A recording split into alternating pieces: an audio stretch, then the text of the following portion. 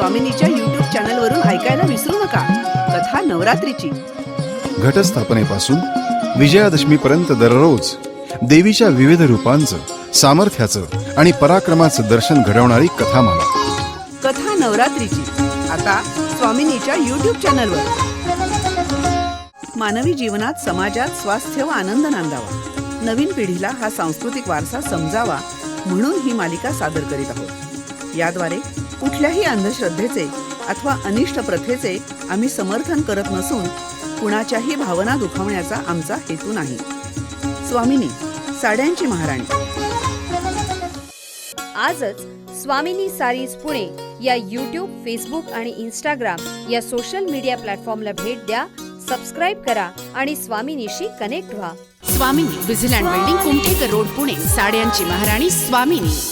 जगजननी आई कृपा करी, जगजननी आई कृपा करी, वरद हस्त तव श्रीधरी, वरद हस्त तव श्रीधरी, जगजननी आई कृपा करी, जगजननी आई कृपा करी, वरद हस्त तव श्रीधरी, वरद हस्त तव श्रीधरी, जगजननी आई कृपा.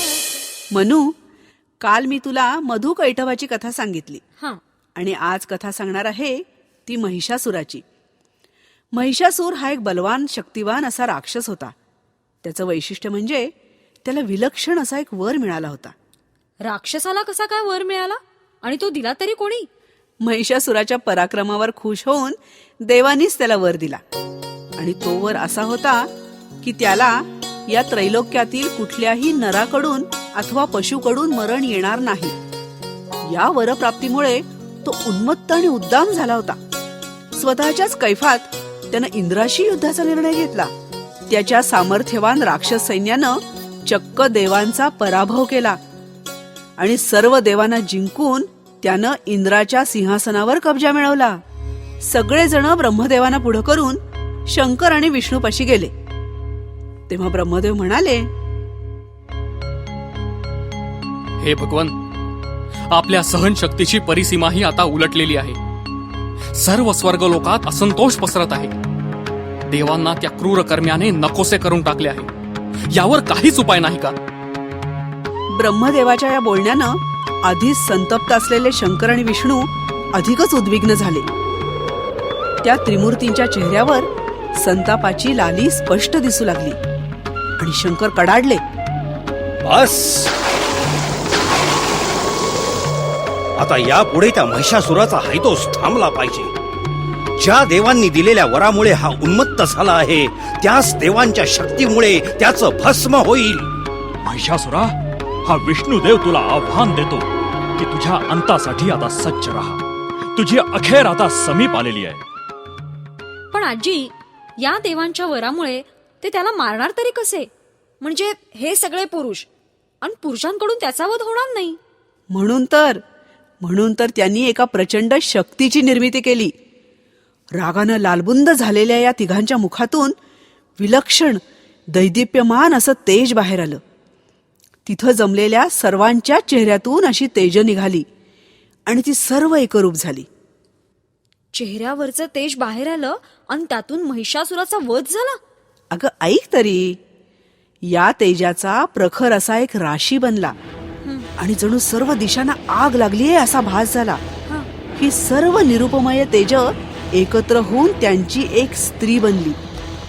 तिच्या कांतीवरील तेजानं अवघं त्रैलोक्य व्यापून गेलं आणि ती गरजली, हे देवानो, तुमच्या हाकेला मी धावून आले आहे. मी काय करावं अशी तुमची अपेक्षा आहे?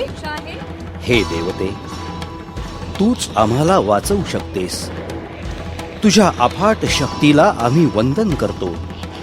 तुझ्या स्त्री शक्तीला आमचा त्रिवार नमस्कार. दैत्यांचा संहार आणि मांगल्याच्या उद्धारासाठी आम्हाला मार्ग दाखव देवी, मार्ग दाखव. आजी, एका स्त्रीची निर्मिती केली देवांनी. म्हणजे त्या काळात देवीला, एका स्त्रीला एवढं महत्व, तिच्याजवळ एवढी शक्ती. का? त्यात एवढं आश्चर्य वाटण्यासारखं काय आहे? अगं, या भूतलावर सर्व शक्तिमान बलशाली अशी स्त्रीच आहे. तिला तिच्या सामर्थ्याची, तेजाची जाणीव असायला हवी. म्हणजे प्रत्येक स्त्री हे महिषासूर मर्दिनीचंच रूप ठरेल. आजी, मग हे सगळं आपण विसरून गेलोय का ग? असं नाही बेटा.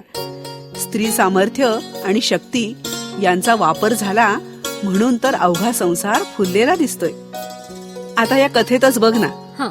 जे तेज शंकरापासून निघालेलं होतं त्या तेजानं स्त्री मुख बनलं, यमाच्या तेजानं केस, विष्णूच्या तेजानं तिचे बाहू बनले, तर अग्नीनं तिचे नेत्र बनले.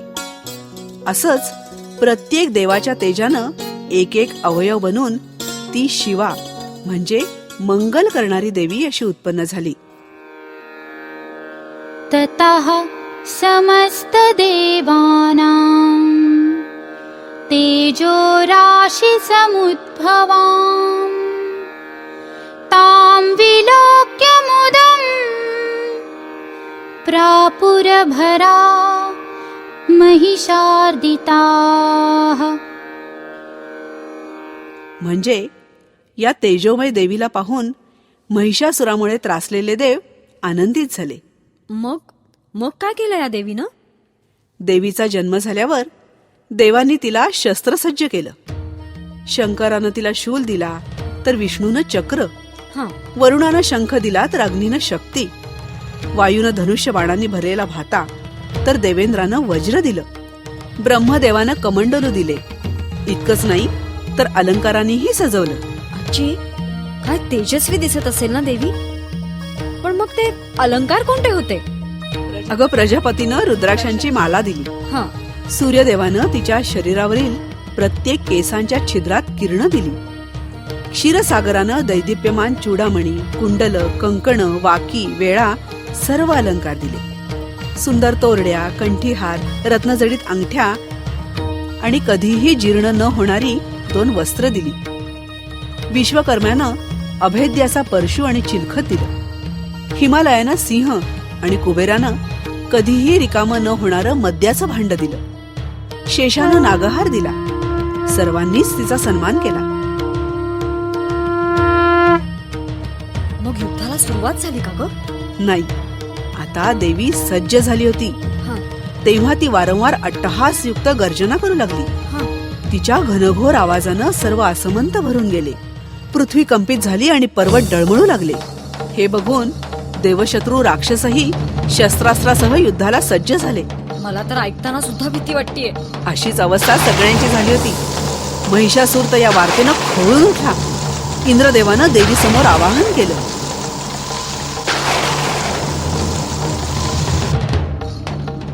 देवी दुर्गे, तू महिषासुराला मारून मला माझं इंद्रपद मिळवून देशील?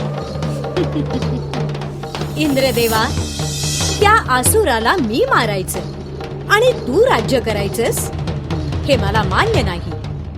तुम्ही यामध्ये काय कराल ते आधी सांगा. फक्त माझा गजर करायचा आणि फुलं उधळायची एवढ्यानं माझं समाधान होणार नाही. तुझं म्हणणं मला मान्य आहे देवी. या युद्धात आम्ही आमच्या शक्तीनिशी तुझ्या बरोबर राहू. आमचाही सहभाग तुझ्या बरोबर असेल याविषयी तू निश्चिंत राहा देवी.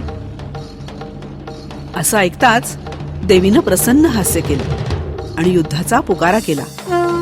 अहंकारानं भरलेल्या महिषासुरानं देवीशी एका पुरुषानं लढण्यात कमीपणा आहे असं समजून आपल्या सेनापतीला म्हणजेच चिक्षूर आणि चामर यांना देवीशी लढण्यास पुढे पाठवलं. कथा नवरात्रीची. संकल्पना नावेद आणि जावेद शेख. लेखन श्रद्धा कुलकर्णी. श्लोक पठण धनश्री गणात्रा. सहभागी कलावंत सुनेत्रा मंकणी, हिमानी निलेश. विशेष आभार डॉक्टर अरुणा ढेरे. निर्मिती व्यवस्था शेखर काळे. घटस्थापनेपासून विजयादशमीपर्यंत आकाशवाणीच्या पुणे केंद्रावरून सकाळी 10 वाजता जरूर ऐका साड्यांची महाराणी स्वामिनी द्वारा प्रायोजित कथा नवरात्रीची. स्वामिनी, विझिलँड बिल्डिंग, कुमठेकर रोड, पुणे. साड्यांची महाराणी स्वामिनी.